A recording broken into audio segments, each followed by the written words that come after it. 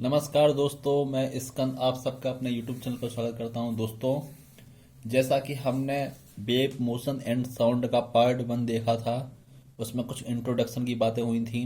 मैं उम्मीद करता हूं कि आप लोगों को समझ में आ गया होगा और ये फिगर देख रहे होंगे आप। इससे रिलेटेड जो चीज़ें बहुत इंपॉर्टेंट हैं, जो हमारे पेपर में आती हैं, वो हमको समझना है। तो आइए बात करते हैं कुछ इम्पोर्टेंट डेफिनेशंस। देखो,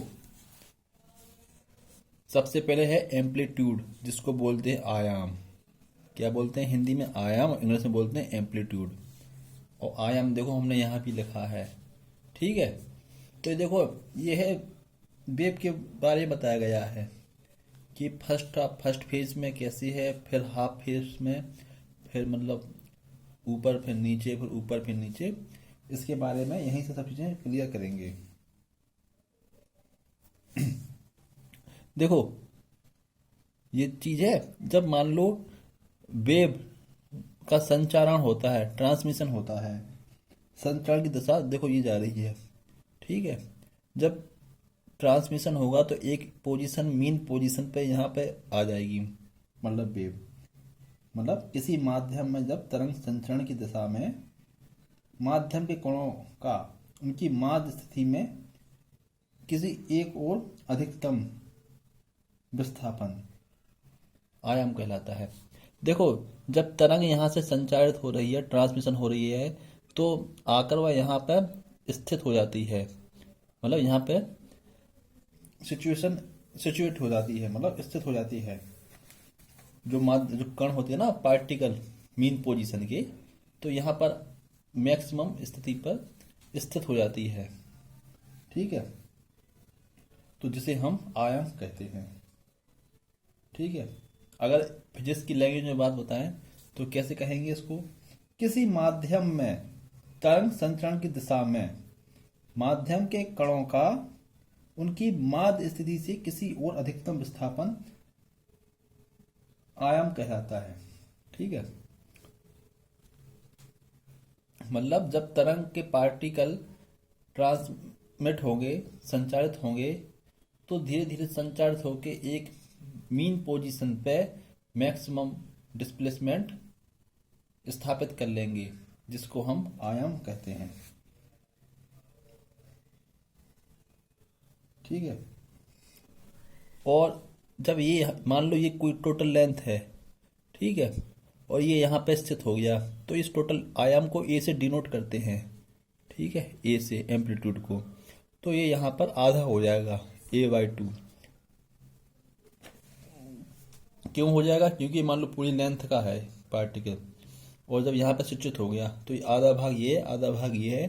तो यहाँ पे जो मीन पोजीशन होगी ना मैक्सिमम पॉइंट पर, तो इसकी आधी हो जाएगी। ठीक है। आयाम को ए से रिप्रेजेंट करते हैं। आयाम का मात्रक क्या होता है? आयाम का एसआई मात्रक मीटर होता है। एसआई यूनिट आपका मीटर होता है। एसआई का मतलब क्या होता है? System international. और इसका कमेंट करके बताइए एसआई का फुल फॉर्म क्या होता है। ठीक है, मैंने आपको बताया है। ठीक है, तो समझ गए आयाम के बारे में। अब हम बात करते हैं फ्रीक्वेंसी, जिसको बोलते हैं आवृत्ति।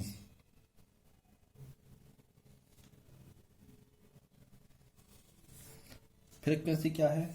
देखिए, इसी फिगर को देखिएगा। जब किसी माध्यम में तरंग का संचरण होता है, मतलब किसी मीडियम में जब वेव का ट्रांसमिशन होता है, तो एक सेकंड में मीडियम के किसी कण द्वारा किए गए कंपनों की संख्या, यानी देखो मैंने क्या बोला, नंबर ऑफ वाइब्रेशन, यानी कंपनों की संख्या, उस कण की आवृत्ति कहलाती है। देखो, अब ये कोई मान लो मीडियम है, मीडियम में जब कण ट्रांसमिट हो रहा है, तो जब ट्रांसमिट होगा तो उन्हीं कणों में से कोई एक कण कण उन्हीं कणों में से एक कण द्वारा एक सेकंड में किए गए कंपनों की संख्या उस कण की आवृत्ति कहलाती है। Number of vibration.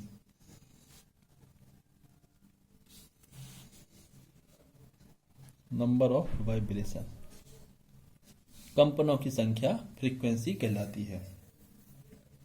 1 सेकेंड में, किसमें? 1 सेकेंड में।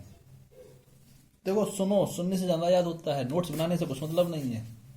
जितना नोट्स बनाओगे उसी में दिमाग गड्ढे होगा आप लोगों का।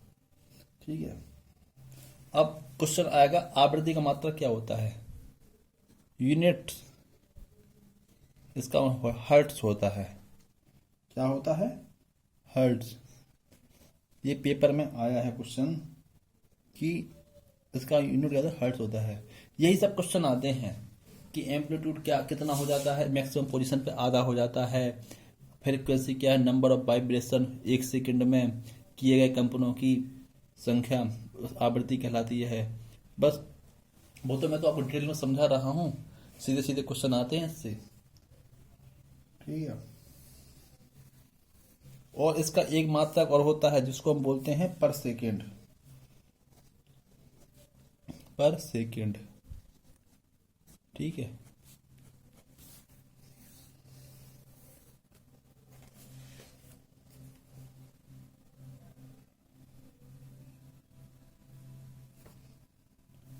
अब देखो यह टाइम पीरियड, एक फॉर्मूला होता है n बराबर 1/t। ठीक है,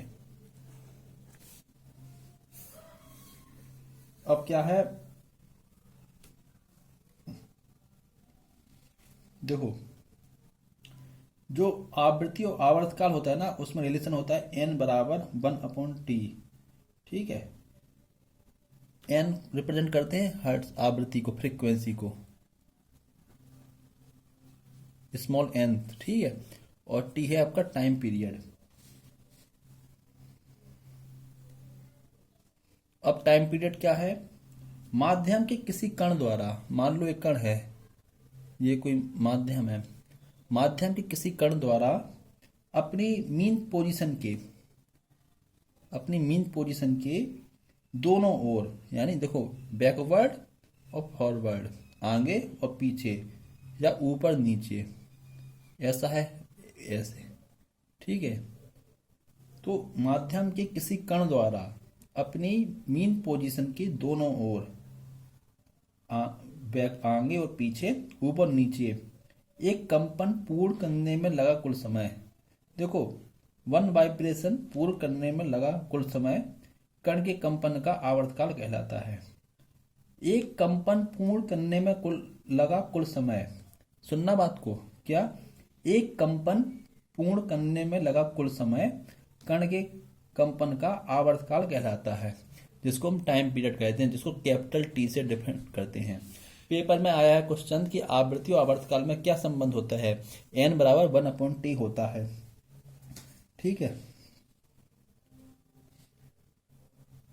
ये रिलेशन बहुत इंपॉर्टेंट है। ठीक है, तो मैंने क्या बताया? माध्यम के किसी कण द्वारा अपनी मीन पोजीशन के दोनों ओर एक कंपन पूर्ण करने में लगा कुल समय कण के कंपन का आवर्तकाल कहलाता है। ठीक है,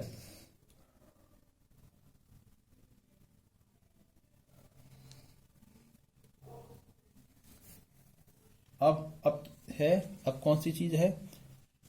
अब है फेज, जिसको हिंदी में बोलते हैं कला। ठीक है, कला की सर परिभाषा वैसे पेपर में आई नहीं है कभी, लेकिन नॉलेज के लिए मैं बता देता हूँ आपको। किसी माध्यम में तरंग संचरण की दशा में किसी विशिष्ट समय पर माध्यम के किसी कण की अवस्थी कला कहलाती है।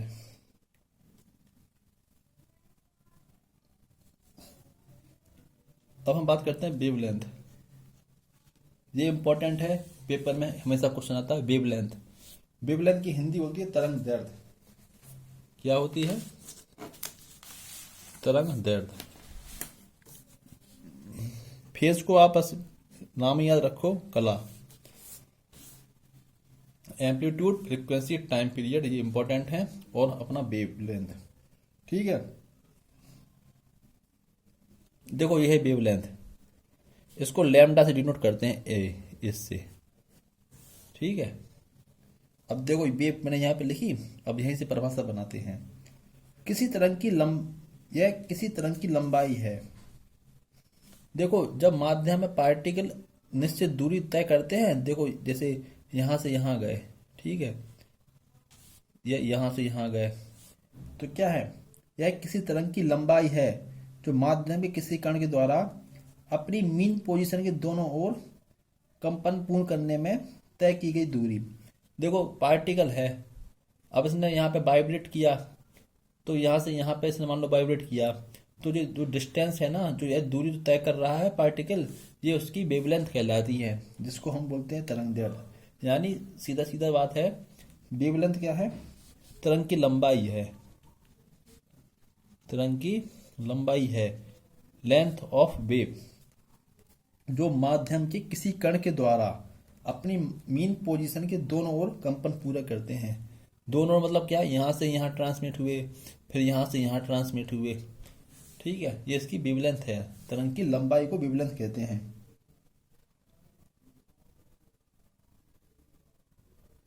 तरंग दैर्ध्य को लैम्डा से डिनोट करते हैं, ठीक है। और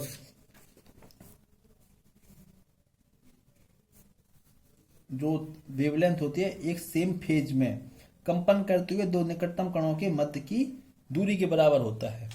निकटतम दो कणों के मध्य की दूरी के बराबर होता है, वही बात है, एक पार्टिकल ये है, एक दूसरा पार्टिकल ये है, दो निकटतम कणों के बीच की दूरी को वेवलेंथ कहते हैं, सेम फेज में, माना समान कला में।